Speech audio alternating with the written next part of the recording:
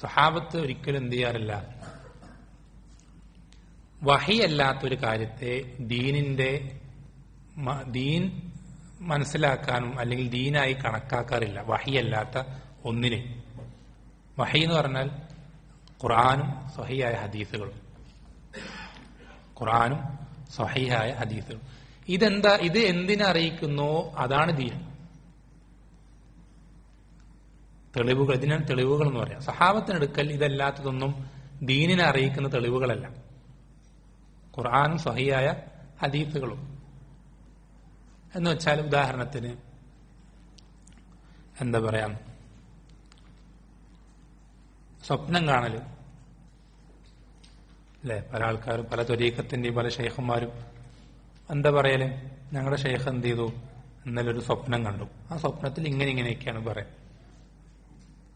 നമ്മൾ ആലോചിക്കുക, തബ്ലീഗ് ജമാഅത്ത് എന്ന് പറയുന്ന ഒരു വിഭാഗം, അവരുടെ തുടക്കം തന്നെ എങ്ങനെയായിരുന്നു? ഒരു സ്വപ്ന. അതിന്റെ സ്ഥാപകൻ കാണുന്നൊരു സ്വപ്നം, ആ സ്വപ്നത്തിനെ അടിസ്ഥാനപ്പെടുത്തിയിട്ടാണ് ആ ഒരു വിഭാഗം തന്നെ ഉണ്ടാവുക. സ്വപ്നം ദീനിൽ തെളിവാണോ? ആണ്. ആരുടെ മാത്രം? നബിമാരുടെ മാത്രം, അല്ലെങ്കിൽ നബിമാർ അംഗീകരിച്ച സ്വപ്നങ്ങൾ മാത്രം. നബിമാർ അംഗീകരിച്ച സ്വപ്നങ്ങൾ മാത്രം. അതേ ദീനിൽ തെളിവാവുള്ളൂ. അതേ ദീനിൽ തെളിവാവുള്ളൂ. എന്താ കാരണം? എന്താ ബാക്കിയുള്ള സ്വപ്നങ്ങൾ ദീനിൽ തെളിവാവാത്തതിന് കാരണം എന്താ? സ്വപ്നങ്ങൾ എന്ന് പറയുന്നത് 3 തരമുണ്ട്. ഒരു മനുഷ്യൻ അവന്റെ തന്നെ നഫ്സിൽ പല കാര്യങ്ങളും വരുന്ന, അങ്ങനെ എന്തൊക്കെയോ ഒരു വ്യക്തതയില്ലാത്ത പല കാര്യങ്ങളും വന്നു പോകുന്ന പല പഴയ ഓർമ്മകളും അങ്ങനെയൊക്കെ വരുന്ന കാര്യങ്ങൾ അവന്റെ തന്നെ സ്വന്തം നഫ്സിൽ വരുന്ന, എന്നുവെച്ചാൽ കണ്ടവൻ തന്നെ ഓർമ്മ ഉണ്ടല്ലോ എന്താ കണ്ടത്, അങ്ങനത്തെ പല സ്വപ്നങ്ങളൊക്കെ ഉണ്ട്. അത് ഒന്നാമത്തെ തരം. രണ്ടാമത്തെ തരം ഷെയ്ത്താൻ ഇട്ടുകൊടുക്കുന്ന സ്വപ്നങ്ങളുണ്ട്. ഷെയ്ത്താൻ കുട്ടികളും രാത്രി പെട്ടെന്ന് ഞെട്ടി എണീറ്റ് കരയുന്നൊക്കെ ഇങ്ങനെ ഷെയ്ത്താൻ പല സ്വപ്നങ്ങളും കാണിച്ചു കൊടുത്തിട്ടാണ്.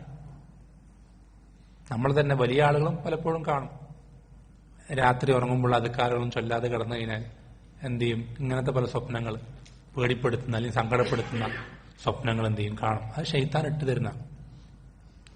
മൂന്നാമത്തത് അള്ളാഹു തോന്നിപ്പിക്കുന്ന സ്വപ്നങ്ങളുണ്ട്. അള്ളാഹു തോന്നിപ്പിക്കുന്ന സ്വപ്നങ്ങളുണ്ട്. ഈ സ്വപ്നങ്ങൾ സാധാരണ ഒരു വ്യക്തി കാണുന്ന സ്വപ്നം ഇത് 3-ൽ ഏതിൽപ്പെട്ടതാണെന്ന് തിരിച്ചറിയാൻ പ്രത്യേകിച്ച് നിർവാഹമൊന്നുമില്ല. ചില എന്താ പറയാ സൂചനകളുണ്ട് എന്നല്ലാതെ കൃത്യമായി ഉറപ്പിക്കാൻ പ്രത്യേകിച്ച് മാർഗങ്ങളൊന്നുമില്ല. അതുകൊണ്ട് തന്നെ നമുക്ക് എന്ത് ചെയ്യാൻ സാധിക്കില്ല, അത് ദീനിൽ തെളിവാക്കാൻ പറ്റുകയില്ല.